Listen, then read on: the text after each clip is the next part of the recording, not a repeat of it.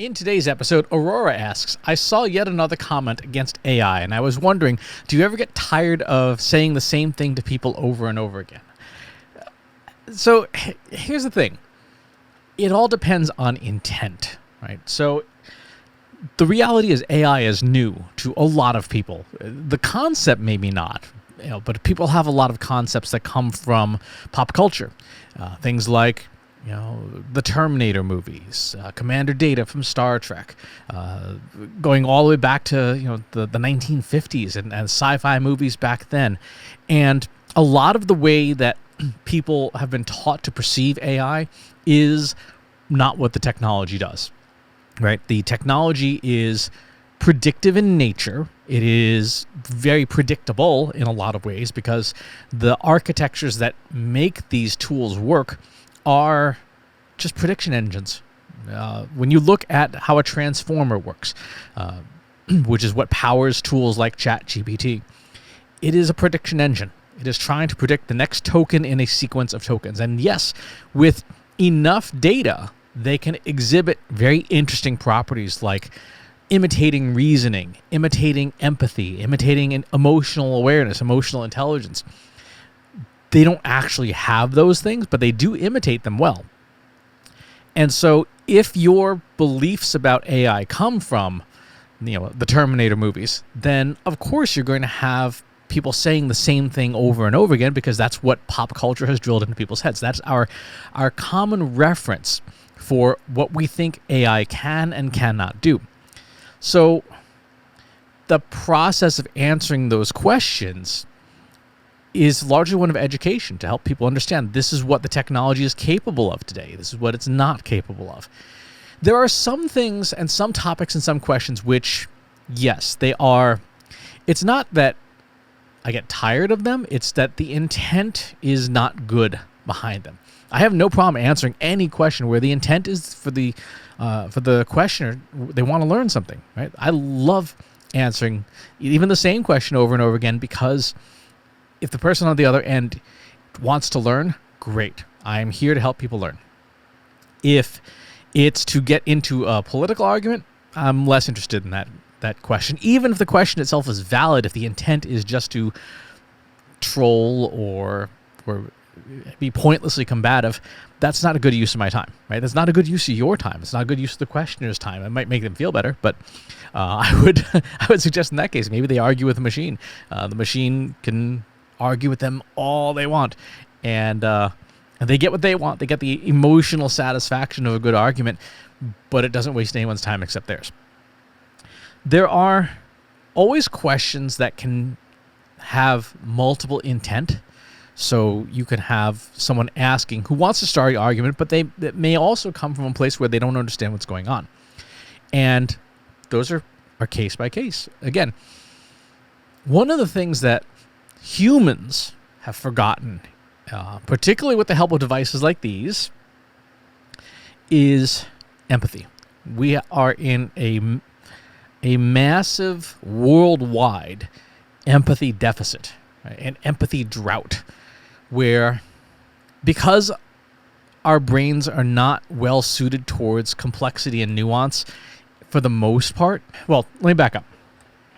Daniel Kahneman is well known for describing what he calls System 1 and System 2. System 1 is reflexive cognition. You just do things. Things are memorized. Things are stored as patterns that you can react and act very quickly on. System 2 is very high cognitive load stuff. Reasoning, logic, emotional intelligence, empathy.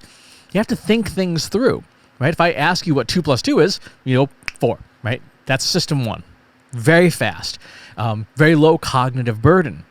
And it's the system that we default to for handling most of our common tasks, anything that's routine, right? System 1 is when you're walking. You don't have to think about placing one foot in front of the other anymore, for the most part. Now, obviously, there are people who do have to use System 2 cognition to do that, from disability and things like that. But for the most part, most people use System 1 for that. System 2, which is advanced cognition, requires a lot of mental resource, a lot of mental energy. And so when you have people who are under stress, who are under a lot of strain or are feel besieged, we tend to operate in system one during those times. We make snap judgments. We try to classify everything very, very quickly so that we can free up brain space to deal with things like survival, right? Do I make enough money this month to pay rent? Can I afford to buy dinner tonight? Those are all things that put a lot of strain on our systems, and as a result, we stay in system one. System one does not do nuance. Right? System one is very binary thinking. It's either this or that. You're either conservative or liberal. You're in favor of this or that because you want those snap judgments real fast. When people ask questions that are inherently sort of system one questions, it's hard to answer those because it won't fit into that neat little bucket of it's this or that. A lot of the time when you're dealing with very complex subjects, someone has to be in a system two mindset, and they need to have the mental and emotional bandwidth to do that. So when we talk about things like AI and what AI is capable of and the harms and the help that it can generate, there's a lot of nuance. There's a lot of, well, it can harm and it can help, and how it's used is dependent on the user. And if you are conditioned to a world delivered by these devices where everything is system one and AI is either good or bad and there's no middle ground, yeah, those questions that people ask, it's not that I don't get tired of answering them, it's that I know they're not listening. Right? I don't get tired of them, but I know they're not listening. They're not cognitively ready to handle the nuance of the answer, to say like, well, it's this and it's that, right? Yes, AI will cost jobs and it will create new jobs. It's not either or, it's both. And this is something we all are dealing with. Right? This is not one group of people. It's not those people over there or those people there. It's not the Republicans or the Democrats. It's everybody who is using these things and operating in modern society and being flooded constantly with messaging and direction to stay in system one, right?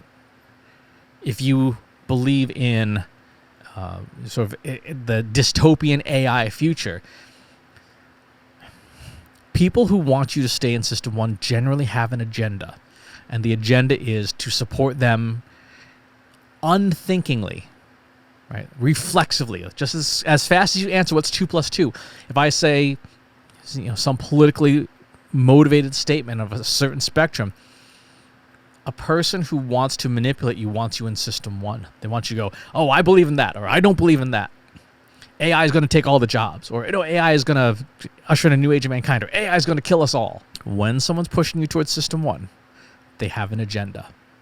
They don't want a conversation about nuance. They don't want you to think. They don't want you to set aside time and bandwidth up here to go, wait a minute, that doesn't make sense. Let's think this through. Let's use some logic and some critical thinking. This, by the way, I think could be a very interesting application for the use of generative AI to help people who don't have the bandwidth and maybe don't have the background in the subject to do that system two thinking, to say, hey, let's think this through. Give me the pros and cons of this argument, right? And if you have someone who is stuck in system one thinking, it might be an interesting experiment to have them ask a machine to give those alternate perspectives, because they know intuitively and instinctively that's not another person over there. They're not going to argue with me. I'm not going to get into ad hominem attacks and things. ChatGPT or Claude or Bing or Bard, assuming they will answer the question at all, will give a more nuanced, balanced response with, in some cases, information to back it up. So that's a lot to unpack about answering the same question over and over again. It comes down to intent, and when the intent is not informative and educational, even then, is it because the person has ill intent, or is it because the person's brain is stuck in system one thinking by design, by the manipulation of other people? And could answering the question in a certain way or using generative AI perhaps nudge them into system two thinking, where they can kind of see As Morpheus said in The Matrix, they can kind of see the world that's been pulled over their eyes. Really good question. Thanks for asking. I'll talk to you soon. If you enjoyed this video, please hit the like button. Subscribe to my channel if you haven't already. And if you want to know when new videos are available, hit the bell button to be notified as soon as new content is live.